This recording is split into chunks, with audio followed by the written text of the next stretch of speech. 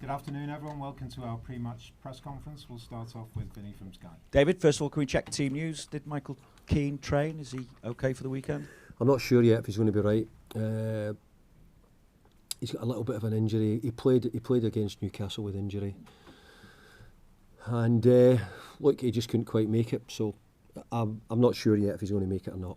No. What about Seamus? How far away is he?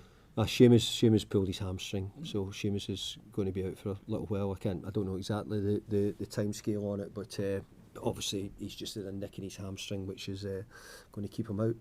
Obviously, not great news for you then, given that Tim's suspended this weekend as well. No, we're short. We're really short on. We've been short. We were very short going to Bournemouth, and we were certainly were the same going into this game as well. But look, it happens to all the teams. It's not just us. Just on Tim, it seemed to be at least a good response, in terms of his personal performance against Bournemouth. Is the next step for him really just to start delivering that consistency more and more? Yeah, I think so. I'm pleased for Tim because he played really well for us and he got better as the game went on as well, and was really important. He's been up and down a little bit in and out the team, but someone who we like, we really do. We think there's a player in there somewhere, and maybe the more games he gets, the more he'll keep adapting and getting used to it. But disappointing that we lost him. I was annoyed actually him getting booked early in the game. I was more concerned about how would he see himself through the Bournemouth game, but he managed himself very well through the game and helped us get a good victory. Someone who probably is showing the levels of consistency is Kieran Dewsbury Hall. I just wonder what your thoughts are on the fact that he has been nominated as one of the players of the month. Yeah. Well, it's very difficult to get nominated in the Premier League as a player of the month because of the quality of the players, and you're seeing the level some of the teams are playing at. So all credit to Kieran. He's getting us a couple of goals. He's been playing well for us. He had to play slightly deeper for us in midweek in what he's been able to do. So we're pleased. He's been good, and he's good in the dressing room, and he's good with the players. So we're really happy to have him. Obviously, this weekend you welcome your predecessor to Hill Dickinson in Sean Dyche, as well as the job that he's doing at Nottingham Forest. I just wonder as well what your thoughts are on the job that he did here through difficult times, and obviously left you something to be able to build on. Well, there'll be lots of people able to tell me more about Everton over the last 4 or 5 years than myself. But from afar, he looked as if he steered the ship, which was in big trouble, was sinking, and he'd done a great job in making sure that they were still in the Premier League. I think there was a couple of seasons he probably had to avoid it just about on the last day of the season.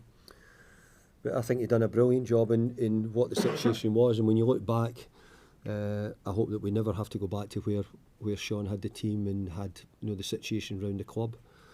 But I thought he'd done a brilliant job in keeping them going. And at that time, there's always a lot of negativity, a lot from the media. The supporters are feeling it, everybody's feeling it. So when you're the manager, you sort of carry that through. And I thought he'd done a really good job.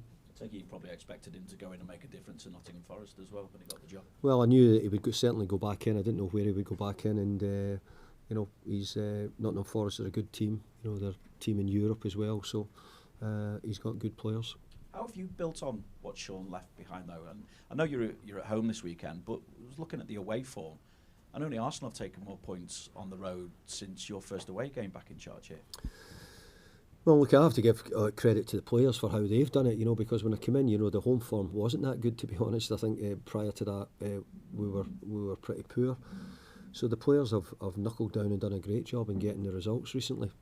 So we're pleased with our away form. We want to keep that up. And a lot of people were saying when I came in, the away supporters have not had much to shout about. I think we were winning at Palace last year, and we were winning at Brighton, and we won at Newcastle. So there's a lot of games which we did win away from home last year, which hopefully helped away supporters enjoy their trip a bit better. 10th, 3 points off the top four. Can you put yourselves in the bracket of European contenders, or is it tempered slightly because, as you say, you're short of players at the moment? You're going to lose Idrissa and Iliman and Dye to AFCON, and do you have to kind of wait as well almost to see what you can do in January? Well, look, I don't want to turn around here and say no, we don't think to do that. And my plan is to try and do that. I know that if we can get another win against Nottingham Forest, then we'll push ourselves right in amongst it again. I think you have to take your chances in the Premier League when you get it at the moment, because I think that if you miss out on it, then you might have to wait again. We've had a pretty good 3 or 4 games recently, and I hope we can keep it going. But as I said, the Premier League, the way it is, you just don't know where the results are coming from. But no, the ideal situation was I would be coming on here and saying, no, we want to be a team challenging for Europe. But in the same breath, we're all looking over our shoulder because, we've still got to get a bit more distance between the bottom of the league and the ones at the bottom at the moment. Thanks, David. Thanks, Vinny. We'll go to Simon at Premier League Productions. I know you touched upon it there, but what have you made of the job that Sean's done at Nottingham Forest and how they're now doing this season? I think Sean's done a great job since he's come in, but not surprisingly. And let's be fair, I think Nottingham Forest have got a good team. They've got good players, good squad. So, they've got a lot. And Sean will be enjoying Europe as well in some ways. In other ways, he'll be seeing the extra games and all the extra work which comes from it. But no, he's doing very well. And he looks as if he's settling in, and the crowd have taken to him as well, which is good. I know you've talked about the table there. Not all managers will do that. They'll say, "I'm going to look at it later on." Are you someone who is constantly looking at where you can get the points and where you need them? Or I'm not constantly looking at it, but I think obviously we're always saying, "Hey, make sure that we're away from the bottom end of the table."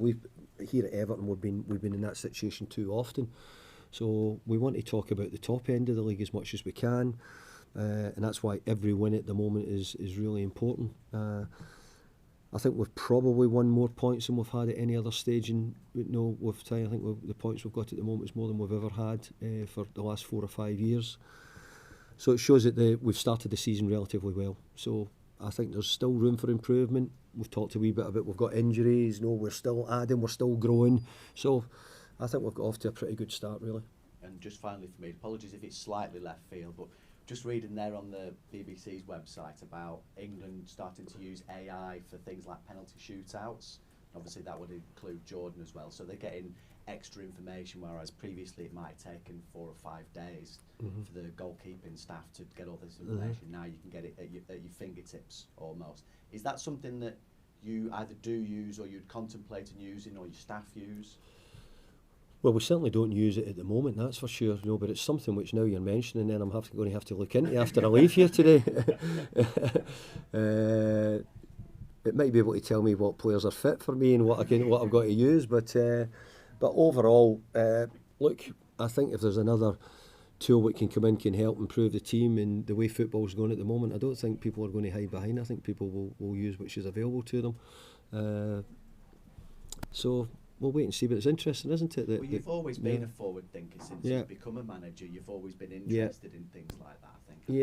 Yeah, it is. I mean, I'm worried at where it's going, how far it's going to go. I'm one of the longer serving ones now and seeing quite a few different eras coming through. But if this is where we're going to now, it'll make it even harder. But obviously, I don't know what the AI is going to tell me about penalties. They're going to tell me that somebody puts it to the right hand side or they put it to the left hand side. So on the day you could change your mind, you could do that. So I don't know what AI can really tell me more than probably me watching somebody taking 20 or 30 penalties, what they're going to do. So I don't know if it completely works, but maybe someone knows more than I do. Sure they do. Yeah. Thanks, Simon. We'll go to Julia at Radio Merseyside. Hi, Julia. Jack Grealish was very complimentary of you after the game midweek, and he said the conversations he has with you have really helped him. So I just wondered, what is it you have spoken about with him that has made him feel definitely comfortable here and also raise his game? I don't think I've really done an awful lot with Jack, to be honest. But I think the most important thing is we try to give him a bit of love and made him feel really welcome. I think the crowd here have done a brilliant job with him. They've taken to him. And quite often when you come from another Premier League team, it's not that easy to settle in, but he's been taken right away, and I think he's played well to add to that as well. He scored a few goals and a few assists. He can pick it up a bit more, no doubt about that. So I've got no problem telling Jack straight and telling him correctly. I don't need to tell him any lies or tell him any bullshit. I can always just sort of tell him it, and he's big enough and he's man enough to accept it, whether it's good or bad.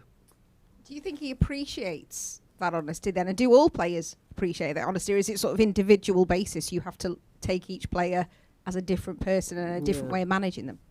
I think you do have to manage players all differently. I don't think there's one way. I think all players, or most players, would always want to be, spoken to straightforward. But always speaking straightforward to means that you could become disliked because sometimes the truth is something which not everybody wants to hear. But Jack's not. Jack wants the truth. Jack wants to be sort of pushed and told and look, he's responding to it. The biggest thing for me is getting through the games. He's playing 90 minutes in the games, and he's not played that many, and we've never really any time had a thought of saying no, we're going to leave him out or we're going to take him out because he needs a rest.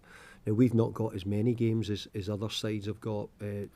For example, Forest, who've got European games, so we've not really had that need. We've only had the Premier League midweek fixtures. But in the main, Jack's been really good and made himself available, fit, healthy, not missing training. So we're pleased with him. I wanted to ask you as well, Jake O'Brien, I thought he had a really good game at Bournemouth.